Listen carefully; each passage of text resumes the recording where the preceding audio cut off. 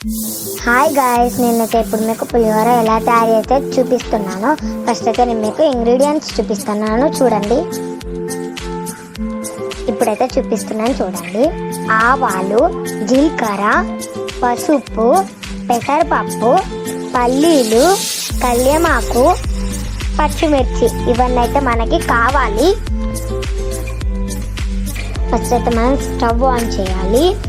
చేసిన తర్వాత మనము ఒక ప్యాన్ తీసుకోవాలి. ఇలాంటి ఒక ప్యాన్ తీసుకొని స్టవ్ మీదనైతే పెట్టాలి. తర్వాత ఆయిల్ యాడ్ చేయాలి.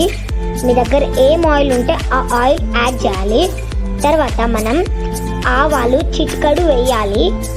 చిటికెడు వేసిన తర్వాత జీలకర్ర కూడా చిటికెడు వేయాలి. తర్వాత మనమైతే ఒక 2 minutes 3 minutes ఆగాలి.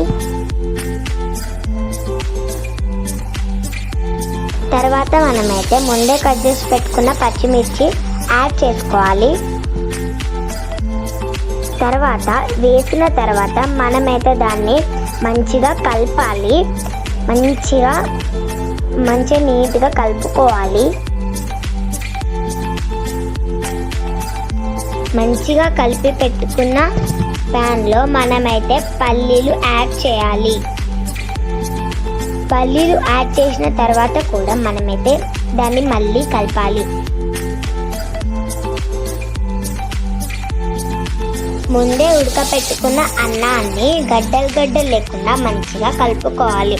తర్వాత ఒక నిమ్మకాయని 2 pieces కట్ చేసి టోటల్గా మనమైతే మంచిగా పిండుకోవాలి. తర్వాత దాన్ని కలుపుకోవాలి. తర్వాత చిటికెడు సాల్ట్ అయితే యాడ్ చేసి మనమైతే టోటల్గా మంచిగా నీట్గా కలుపుకోవాలి. అన్నాన్ని నీట్గా కలుపుకున్న తర్వాత ఎల్లిగడ్డని మంచిగా దంచి అందులో వేయాలి. తర్వాత మనం అందులో కళ్యామాకుని యాడ్ చేయాలి. తర్వాత కాసేపు దాన్ని అలా ఉంచండి.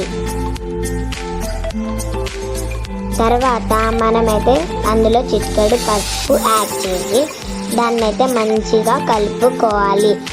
అన్నిటికీ పట్టేటట్టు మంచిగా కలుపుకున్న తర్వాత మనము ముందే కలిపి పెట్టుకున్న రైస్ని అందులో యాడ్ చేయాలి.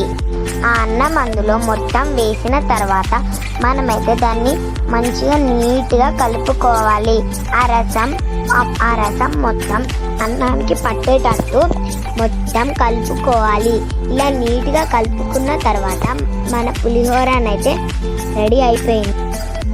ఇప్పుడైతే మన సింపుల్ పులిహోర రెసిపీ అయితే రెడీ అయిపోయింది. చూడండి ఎంత బాగా వచ్చిందో. కొన్ని సింపుల్ రెసిపీస్ కోసం సబ్స్క్రైబ్ టు